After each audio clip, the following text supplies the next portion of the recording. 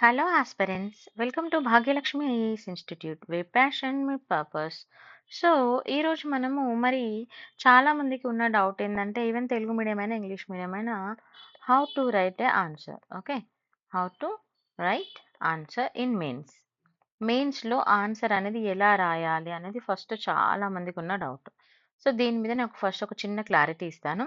తర్వాత మనకి ఎగ్జామ్ పేపర్‌లో మనం చూస్తాము అనలైజ్ అంటే ఏంటి? ఎగ్జామిన్ అంటే ఏంటి? Critically analyse. సో ఇలాంటి వర్డ్స్ చూస్తుంటాము. క్లారిఫై. మరి వీటిని మనం ఎలా తీసుకొని రాయాలన్నది నేను చెప్తాను. ఓకేనా? సో ఫస్ట్ ఆఫ్ ఆల్ ఎప్పుడైనా కూడా మెయిన్స్ ఆన్సర్ రైటింగ్ చేసేటప్పుడు మనకి ఇంపార్టెంట్ ఏంటంటే time limit and word limit. ఈ 2 కూడా మనకి ఇంపార్టెంట్. ఈ 2 కూడా మనం గుర్తుపెట్టుకోవాలి. ఓకేనా? సో మరి ఇప్పుడేం చేయాలి? మనం క్వెషన్ పేపర్ తీసుకున్నాం. ఫస్ట్ ఫోకస్ చేయాల్సింది ఏందంటే, అంటే డిఫరెంట్ ఏరియాస్ మీద ఇప్పుడు మనం క్వెషన్ పేపర్ తయారు చేసేటప్పుడు మన మెయిన్స్ వచ్చేసి descriptive type. First of all descriptive టైప్‌లో ఉంటది. అంటే మనమే ఆన్సర్ రాయాలి. ఓకేనా? డిస్క్రిప్టివ్ టైప్‌లో ఉంటుంది. మరి క్వెషన్ అనేది టైమ్ లిమిట్ అనేది ఉంటుంది. వర్డ్ లిమిట్ అనేది ఉంటుంది. ఇప్పుడు ఫర్ ఎగ్జాంపుల్ యూపీఎస్సీ తీసుకుంటే మనకి ఎన్నుంటుందండి? 150 ఉంటుంది, 250 ఉంటుంది అండ్ 200 ఉంటుంది. ఓకే. సారీ. అదే మనం ఇప్పుడు ఏపీపీఎస్సీ వాళ్ళది తీసుకుంటే మనకి 150 అని, టీఎస్ వాళ్ళది తీసుకుంటే 200 అని. సో, ఈ విధంగా మనకి వర్డ్ లిమిట్ అయితే ఉంటుంది. మరి ఎంత వర్డ్ లిమిట్ ఇచ్చినా దానికి వర్డ్ లిమిట్, టైమ్ లిమిట్ కూడా రీచ్ చేయగలిగేలా మనం ఆన్సర్ చెయ్యాలి. సో, అది చెయ్యాలంటే మనం ఏం చేయాలి? ఫస్ట్ క్వెషన్‌ని కేర్‌ఫుల్‌గా చదవాలి. క్వెషన్‌ని 1, 2 టైమ్స్ కేర్‌ఫుల్‌గా చదివాలి. అసలు వాళ్ళు ఏం అడుగుతున్నారు క్వెషన్‌లో అనేది చదివి, ఆ క్వెషన్ ఏదైతే అడుగుతున్నారో దానికి సంబంధించిన ఆన్సరే రాయాలి. చాలామంది చేసేదేందంటే, క్వెషన్ ఏదడిగినా వాళ్ళకొచ్చిన ఆన్సర్ రాస్తారు రిలేటెడ్ టు దట్. దానివల్ల మీకు స్కోర్ వస్తుంది. కానీ టాప్ ర్యాంక్ రాదు. This is true. అందుకే నాకు మార్క్స్ తక్కువ వచ్చాయి మెయిన్స్‌లో అంటారు కదా! సో, మీకు 3-4 మార్క్స్ వస్తాయి. బట్ మీరు ఎప్పుడైతే 5 మార్క్స్‌కి రీచ్ అయితారో అప్పుడే మీరు టాపర్‌లో ఉంటారు. Remember this. ఓకేనా? మరి ఆన్సర్ రైటింగ్ స్టైల్ అనేది ఏ విధంగా ఉంటుంది అనేది కూడా నేను మీకు డిస్కస్ చేస్తాను.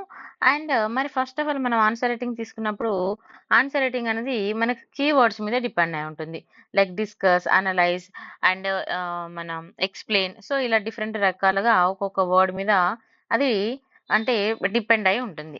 మరి ఆ వర్డ్‌ని బట్టి మనం తీసుకునే స్టెప్ అనేది ఏ విధంగా ఉండాలి? మనం ఏ విధంగా రాయాలన్నది మనకొక అవగాహన ఉండాలి. ఓకేనా? ఫస్ట్ ఆఫ్ ఆల్ ఎప్పుడైనా గూడా మనము ఏరియా ఆఫ్ ద క్వెషన్ అనేది అర్థం చేసుకోవాలి. క్వెషన్ ఏం అడుగుతున్నాడు? ఏరియా ఆఫ్ క్వెషన్ అంటాము. దాన్నే కీవర్డ్స్ అంటాం. మనము క్వెషన్‌లో ఏం చేయాలంటే ఫస్ట్ కీవర్డ్స్ కనుక్కోవాలి. ఆ కీవర్డ్స్ ఏంటి అనేది కనుక్కొని ఫస్ట్ కీవర్డ్స్ ఐడెంటిఫై చేసుకొని అప్పుడు మనం ఆన్సర్ స్టార్ట్ చేయాలి. ఓకేనా? సో, నేను అసలు ఈ structure of answer and introduction, conclusion, body part ఎలా రాయాలనేది చాలా మంది నన్ను అడుగుతున్నారు. నెక్స్ట్ వీడియోలో అది పెడతాను. ఫస్ట్ ఈ కీవర్డ్స్ చెప్తాను ఈరోజు. ఓకేనా?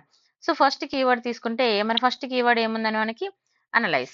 మరి అనలైజ్ అంటే ఏంటి? అనాలిసిస్ చేయడం. మరి ఏం చేస్తాం అనాలిసిస్ అంటే ఫస్ట్ ఆఫ్ ఆల్? అది మనకు తెలియాలి కదా!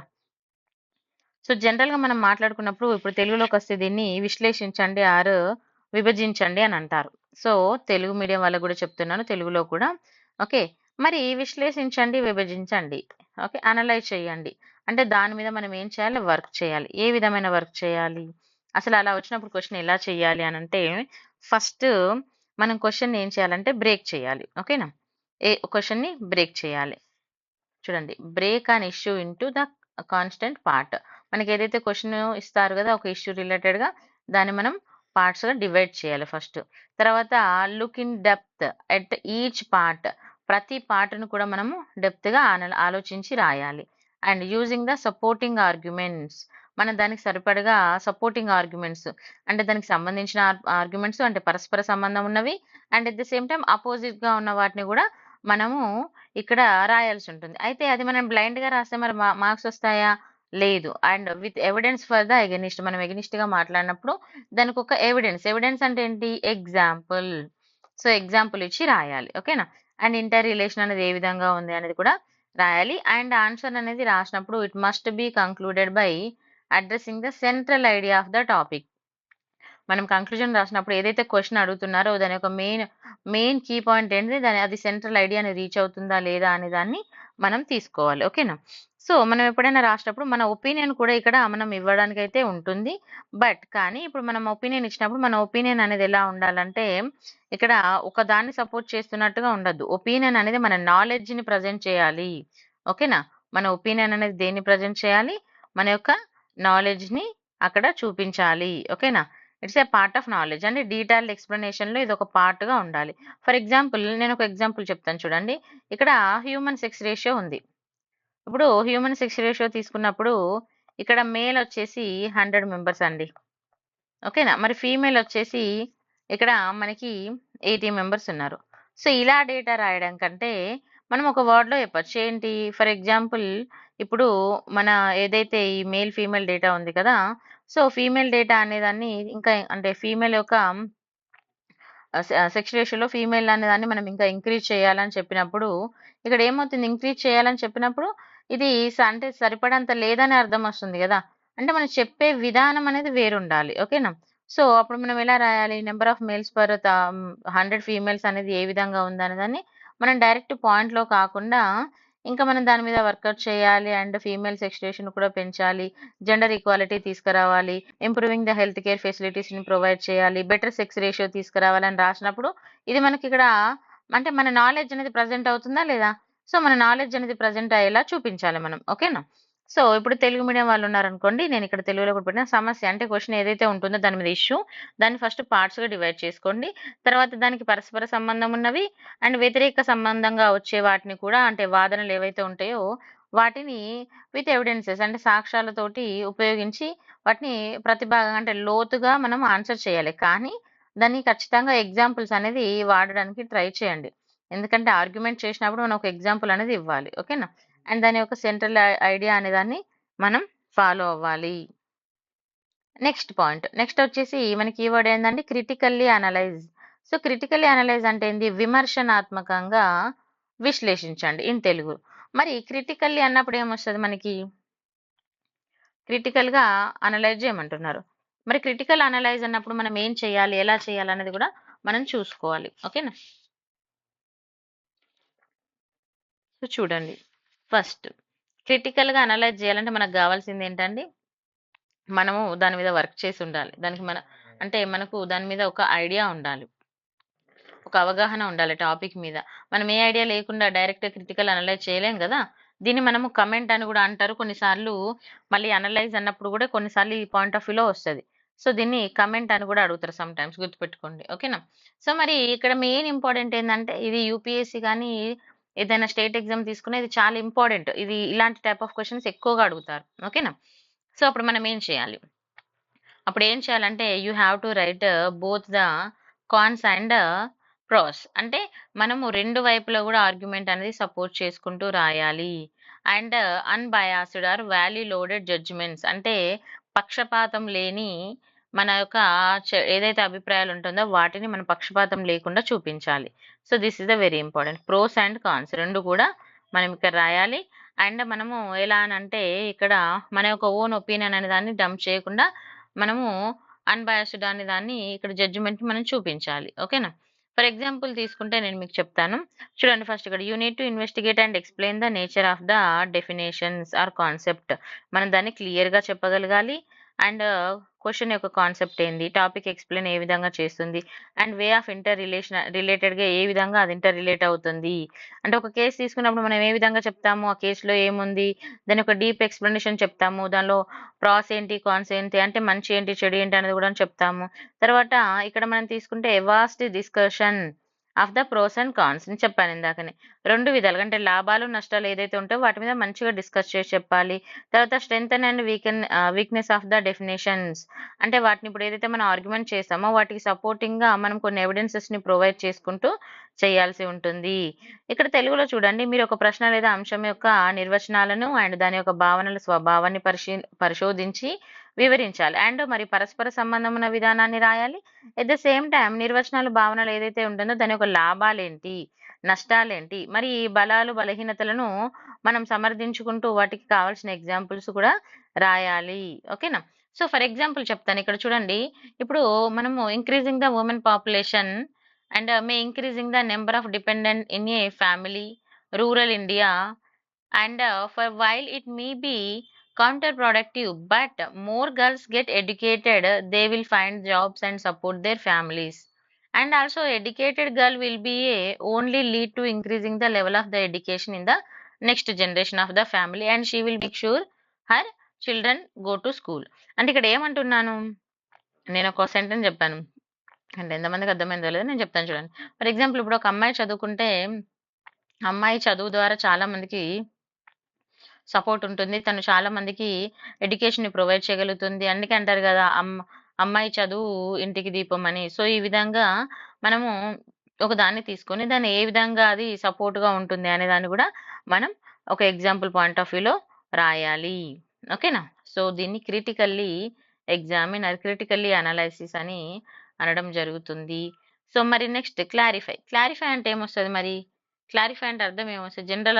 ఫస్ట్ జనరల్ మీనింగ్ ఏమొస్తదనేది మనం జూసుకోవాలి.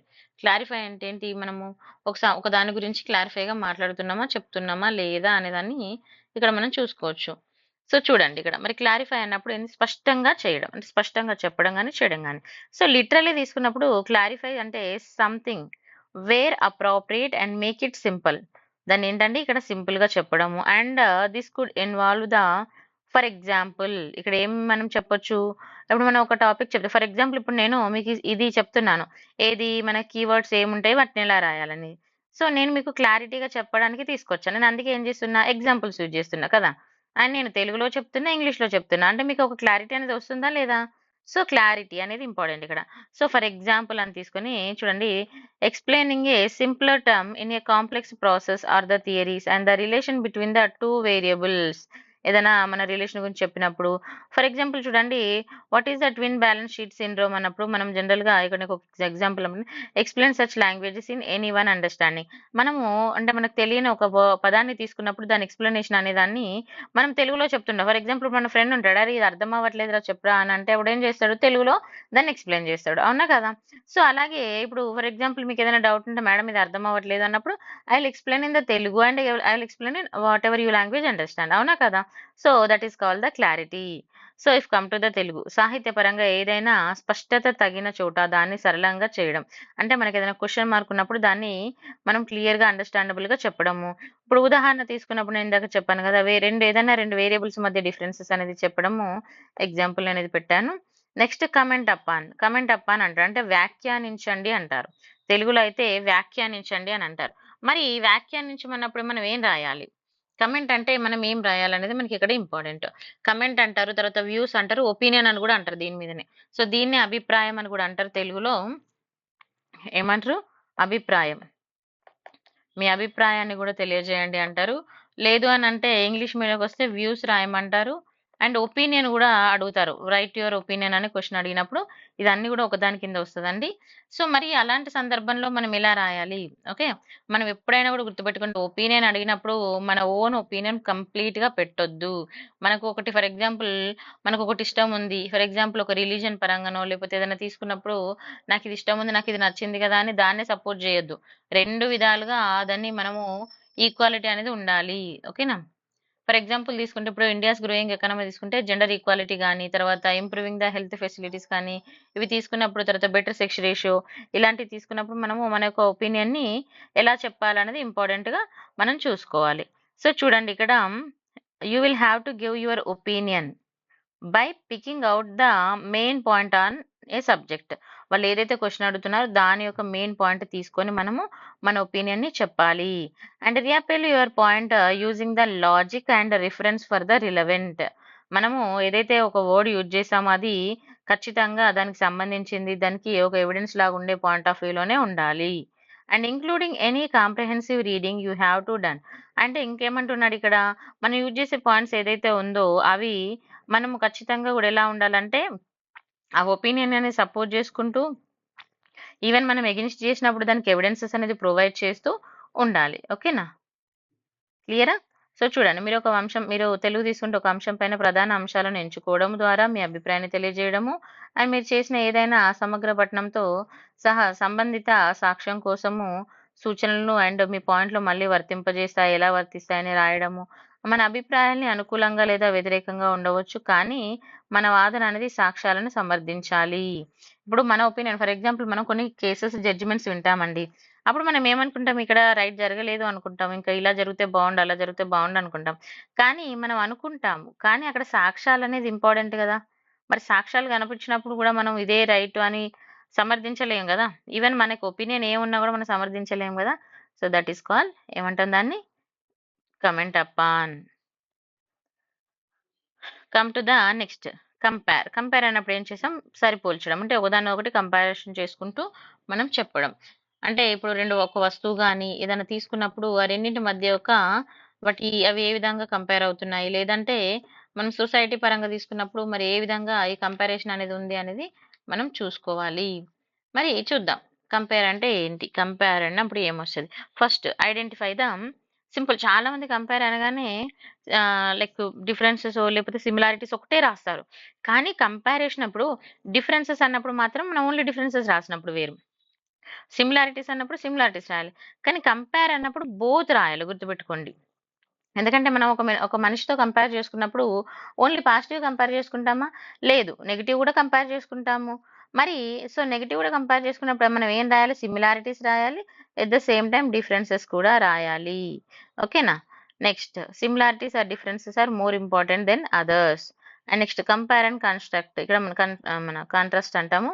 It will be the often feature together in an మన ఎస్సే క్వెషన్‌లో మనం ఎక్కువగా చూడొచ్చు. నెక్స్ట్ 2 లేదా అంతకంటే ఎక్కువ సంఘటనల మధ్య స్వారూప్యాన్ని లేదా తేడాలను గుర్తించడము. తర్వాత భాగస్వామ్య సారూప్యతలు లేదా తేడాలు ఏవైనా ఇతరుల కన్నా ముఖ్యమైనవి కావా అని చెప్పొచ్చు. తర్వాత పోల్చేటప్పుడు మనం ఏదైతే ఉంటుందో దాన్ని మనము ప్రశ్నలో కలిసి ఉంటాయని, అంటే వ్యాస ప్రశ్నలు అంటే మన ఎస్సే రైటింగ్‌లో ఎక్కువగా మనం యూజ్ చేసుకోవచ్చు. ఓకేనా? సో, ఇదైతే ఇంకా 24 పేజెస్ ఉందండి. 4 వర్డ్సే చెప్పాను. యాక్చువల్‌గా నాకిప్పుడు మళ్ళీ ఒక వర్క్ ఉంది, వెళ్ళాలి. ఇంకా క్లాసెస్ ఉంటాయి గదా! సో, ఈవినింగ్ నేను మళ్ళీ కొన్ని అప్‌లోడ్ చేశాను. ఒక 2, 3 క్లాసెస్‌లో ఇవి నేను అప్‌లోడ్ చేయడానికి ట్రై చేశాను. అండ్ నేను చెప్పేదేందంటే మీకు ఈ వీడియో నచ్చితే లైక్, షేర్ అండ్ సబ్స్క్రైబ్ కూడా చేసుకోండి. చాలామంది సబ్స్క్రైబ్ చేసుకోవట్లేదు. ఎందుకనంటే నేను చాలా తెలుగు మీడియంలో గూడా క్వెషన్స్ పెడుతున్నాను. తెలుగు మీడియంలో గూడా చేస్తున్నాను. కానీ మరి ఎవరు దానికి నాకు అంటే కంటిన్యూ చేయండి అని గూడా అడగట్లేదు. ఎందుకంటే ఇది మళ్ళా నేను తెలుగులో, ఇంగ్లీష్‌లో చేయడం నాకంత సింపుల్ కాదు. బట్ నేను చేస్తున్నాను. ఇఫ్ మీకు నచ్చితే మీరు చెప్తే నేను మీకు అన్ని త్వరగా అప్‌లోడ్ చేస్తాను. లేదు అంటే నాకు కుదిరినప్పుడే అప్‌లోడ్ చేయాల్సొస్తుంది గదా! ఎందుకనంటే ఇప్పుడు నేను ఇంత వర్కౌట్ చేసినప్పుడు అది యూజ్‌ఫుల్ అవ్వనప్పుడు దానికి వాల్యూ ఉండదు గదా! So, I hope you people understand. If you like the video like, share and subscribe. మీరు ఎంత త్వరగా చెప్తే నేను అంత త్వరగా దాన్ని కంప్లీట్ చేసి అయితే పెడతాను. కంటెంట్ అయితే రెడీగానే ఉంది. ఇదిగోండి క్లియర్‌గా రెడీగా ఉంది. అండ్ ఐ విల్ ఎక్స్‌ప్లెయిన్ మీకు ఎంత త్వరగా వీలైతే అంత త్వరగా ఎక్స్‌ప్లెయిన్ అయితే చేస్తాను. So, thank you so much for